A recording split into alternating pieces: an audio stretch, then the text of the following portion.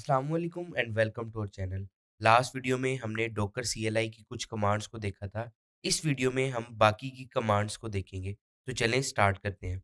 सबसे पहले मैं रूट यूज़र बन जाता हूँ और यहाँ पे सीएलआई क्लियर कर लेता हूँ। अब यहाँ पे मैं डॉकर पीएस की कमांड जो लास्ट लेक्चर में भी देखी थी हमने, उससे चेक कर लेता हूँ कि मेरे कंटेनर्स कितने हैं। तो यहाँ पे एक कंटेनर है जो कि इस वक्त स्टॉप है। तो मैं यहाँ डॉकर स्टार्ट की कमांड से उस कंटेनर को स्टार्ट कर देता हूँ।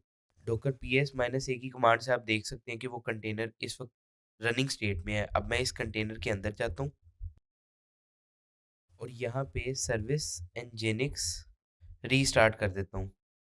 और अब यहाँ पे मैं दोबारा से अपने ब्राउज़र में एक्सेस करके देख लेता हूँ कि मेरी वो साइट एक्सेस हो रही है या नहीं। तो आप देख सकते हैं कि मेरी साइट एक्सेस हो रही है।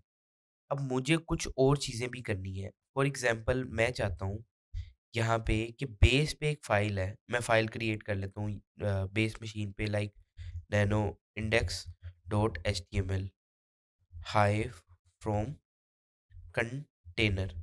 अब ये फ़ाइल मैंने बेस पे क्रिएट की है। अब मैं चाहता हूँ इस फ़ाइल को कंटेनर के अंदर कॉपी करना, यहीं से बैठ के। तो उसके लिए कमांड है डॉकर सीपी, उसके बाद सोर्स। सोर्स मीन जहाँ बैठा हुआ हूँ वही फ़ाइल है, वहीं पे उसको मुझे कॉपी करना है। और वो कहाँ पे कॉपी करना चाहता हूँ मैं, कंटेनर का नेम कॉलन var www के अंदर। अब मैं अगर डॉकर exe की कमांड से वापस उस कंटेनर के अंदर जाऊं और cd var www में जाके कैट करके आपको दिखाऊं, तो आप देख सकते हैं कि मेरी फाइल यहाँ पे अपडेट हो गई है। इवन मैं अगर अपने ब्राउज़र में आके इसको रिफ्रेश करूँ तो आप देख सकते हैं कि अब मुझे ये शो कर रहा है। तो इस तरह से मैं अपनी बेस मशीन से कुछ भी कंटेनर के अंदर कॉपी कर सकता हूँ। अब मैं चाहता हूँ कि मैं कंटेनर के अंदर जो फ़ाइल पड़ी हुई है वो यहाँ पे कॉपी कर सकूँ। उसके लिए मैं क्या करूँगा, जैसे फॉर एग्ज़ाम्पल मैं कंटेनर के अंदर जाता हूँ और अंदर जाके यहाँ पे रूट के अंदर ही एक फ़ाइल क्रिएट कर लेता हूँ, नैनो टेस्ट फ़ाइल। और यहाँ मैं लिख लेता हूँ this is test file inside container. अब मुझे ये फाइल बाहर बेस मशीन पे कॉपी करनी है, तो उसके लिए डॉकर सीपी। अब यहाँ पे सोर्स क्या है, कंटेनर का नेम, और उसके अंदर जो पाथ था रूट के अंदर टेस्ट फाइल, ये पाथ था। और उसके बाद डेस्टिनेशन मैं यहीं पे ही उसको पेस्ट करना चाहता हूँ, तो इसको मैं एंटर कर देता हूँ। अब अगर मैं एलएस करके आपको दिखाऊँ तो यहाँ आप देख सकते हैं कि ये मेरी फ़ाइल क्रिएट कॉपी हो गई है इस जगह पे बेस मशीन में। तो इस तरह से आप कोई भी डेटा बेस मशीन से कंटेनर के अंदर कॉपी कर सकते हैं और कंटेनर के अंदर से बेस मशीन में कॉपी कर सकते हैं। अब नेक्स्ट कुछ कमांड्स हैं जिससे हम कंटेनर को मॉनिटर कर सकते हैं। जिसके लिए फॉर एग्ज़ाम्पल जैसे डॉकर लॉग्स की कमांड से मैं उस कंटेनर के लॉग देख सकता हूँ। तो अभी क्योंकि उसमें कोई लॉग जनरेट नहीं हुआ, इसलिए उसने मुझे शो भी नहीं किए। अगर मैं स्टैट्स देखना चाहता हूँ कि कौन-सा कंटेनर कितना सीपीयू कितनी रैम दे रहा है, दे ले रहा है, तो डॉकर स्टैट्स के साथ मैं देख सकता हूँ। तो आप देख सकते हैं मेरा एक ही कंटेनर है जिसका नाम ये है, इस वक़्त सीपीयू बिल्कुल नहीं ले रहा और सिर्फ़ 14 एमबी जो है वो मेमोरी ले रहा है। इस तरह से आप इसको मॉनिटर कर सकते हैं। तो मैं यहाँ पे कंट्रोल सी से वापस आ जाता हूँ और अब अगर मुझे टॉप करके देखना है डॉकर कि कौन-कौन से प्रोसेसेस इस कंटेनर में चल रहे हैं, तो मैं इस तरह से डॉकर टॉप करके भी देख सकता हूँ। तो ये इसके अंदर ये सारे प्रोसेसेस चल रहे हैं। और इसी तरह ही मैं डॉकर इंस्पेक्ट की कमांड से उसकी ए टू ज़ेड सारा कुछ इंस्पेक्ट कर सकता हूँ कि वो कंटेनर क्या है, किस जगह पे पड़ा हुआ है। जैसे बेस मशीन में ये पाथ है जहाँ पे वो पड़ा हुआ है और उसके बाद उसका नेटवर्क आईपी क्या है, नेटवर्क कौन-सा यूज़ कर रहा है, ये सारी उसकी डिटेल कंटेनर की आप देख सकते हैं।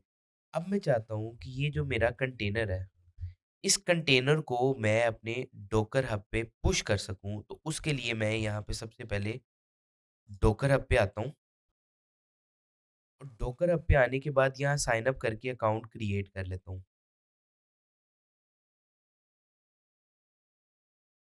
ये मेरा डॉकर हब लॉगिन हो गया है।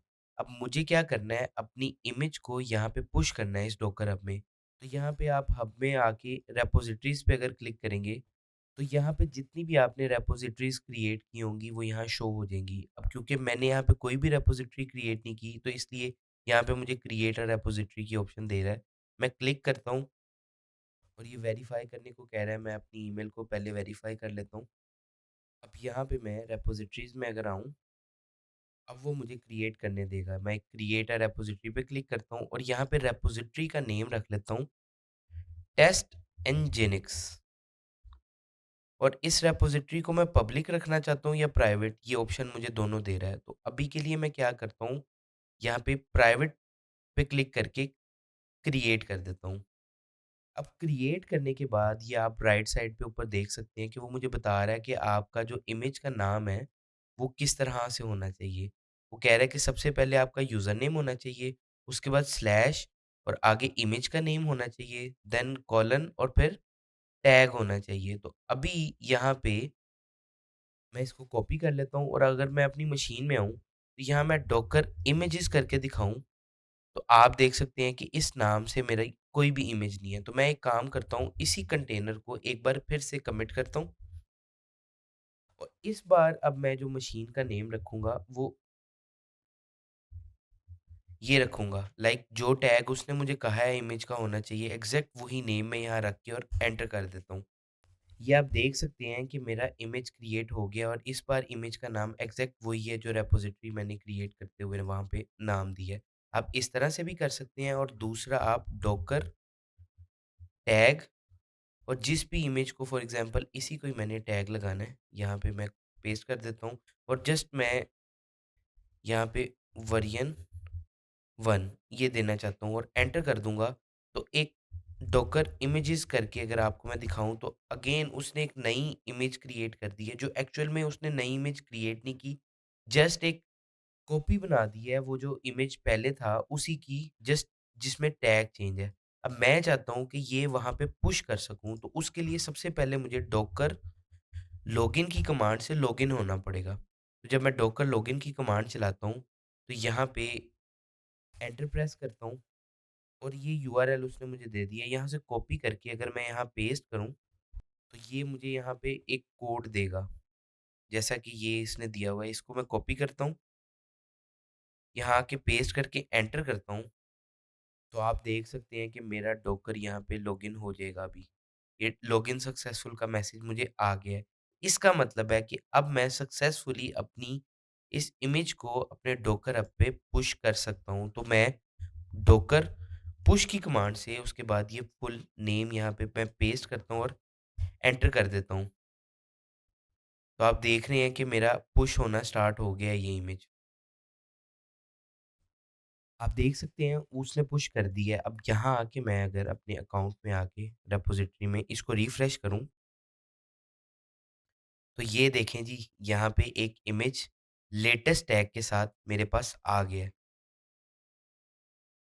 अगर मैं दूसरा भी पुश करना चाहता हूँ तो अगेन डॉकर पुश और जो ये वर्जन 1 था इसको भी मैं पुश कर देता हूँ। यहाँ पे अगर रिफ्रेश करके दिखाऊँ, अब लेटेस्ट भी है यहाँ पे और वर्जन 1 भी यहाँ मौजूद है। तो इस तरह आप कोई भी टैग भी दे सकते हैं। अब यहाँ पे एक चेंज मैं आपको दिखाना चाहता हूँ। ये देखें, जब मैंने यहाँ पे पुश किया था तो उसने सारा ये पुश किया है। जो पहली इमेज मैंने पुश की थी लेटेस्ट वाली, उसने पुश किया है। लेकिन सेकंड टाइम जब मैंने उसी में वर्जन 1 के साथ पुश किया है, तो ये आप देख रहे हैं already exist, layer already exist लिखा आ रहा है। तो एक्चुअल में डोकर क्या करता है कि हर एक नया काम जो है उसको एक लेयर में डिवाइड कर देता है। तो अपने पास वो कुछ भी आप चेंज करते हैं, एक न्यू लेयर बना देता है। तो ये एक लेयर्ड आर्किटेक्चर है, इसलिए यहाँ पे ये सारा कुछ ऑलरेडी एक्सिस्ट था। जस्ट उसने ये वर्जन 1 का टैग वहाँ पे चेंज किया है और वहाँ पे 2 इमेजेस शो हो रही हैं। एक्चुअल में इमेज एक ही है, उसके जस्ट टैग 2 हैं।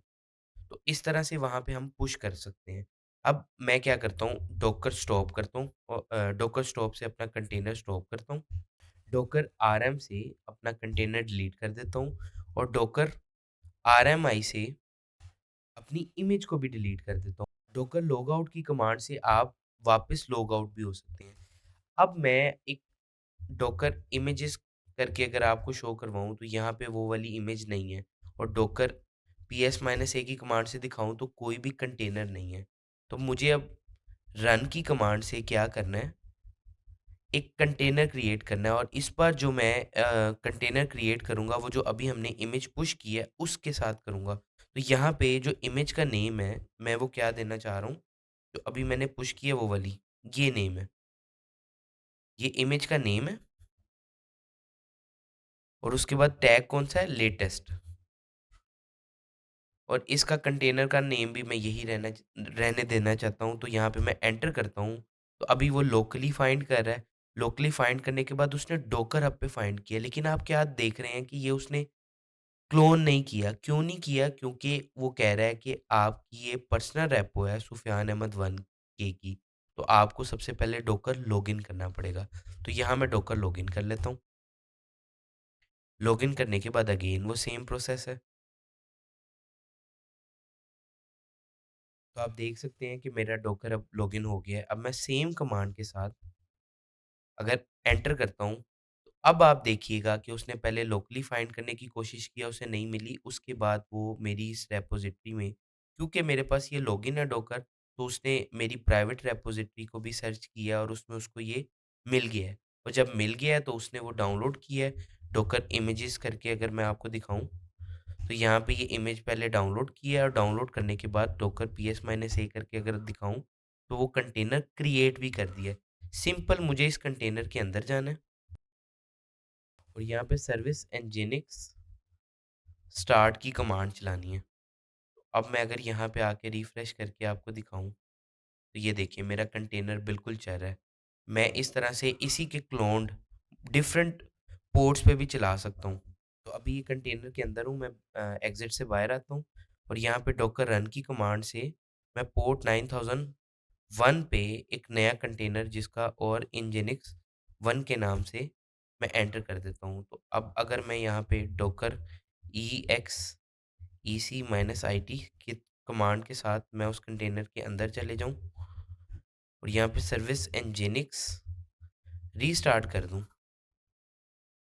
और उसके बाद मैं यहाँ पे nano etc sorry var www और index.html फाइल में यहाँ ये चेंज भी कर दूँ। तो अब अगर मैं यहाँ पे आऊँ और आपको ये दिखाऊँ कि 9001 पे जो सेकंड पोर्ट था वो भी मेरा एक्सेसिबल है।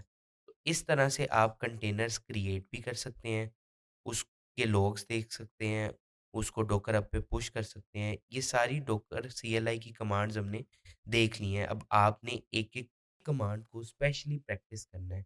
नेक्स्ट वीडियो में हम डॉकर CLI की प्रैक्टिस के लिए एक रिएक्ट ऐप को डिप्लॉय करेंगे एक कंटेनर के अंदर। उसके बाद उसका इमेज क्रिएट करेंगे। इमेज क्रिएट करने के बाद उसको डॉकर हब पे पुश करेंगे, ताकि हम कभी भी उसको यूज़ कर सकें। तो इस तरह से आप अपना पूरा प्रोजेक्ट एक कंटेनर में डाल के उसका इमेज क्रिएट कर सकते हैं, और उसको कभी भी बहुत ईज़ी तरीके से यूज़ कर सकते हैं। उम्मीद है आप लोगों को डॉकर CLI की समझ आई होगी। मिलते हैं नेक्स्ट वीडियो में, तब तक के लिए अल्लाह हाफ़िज़।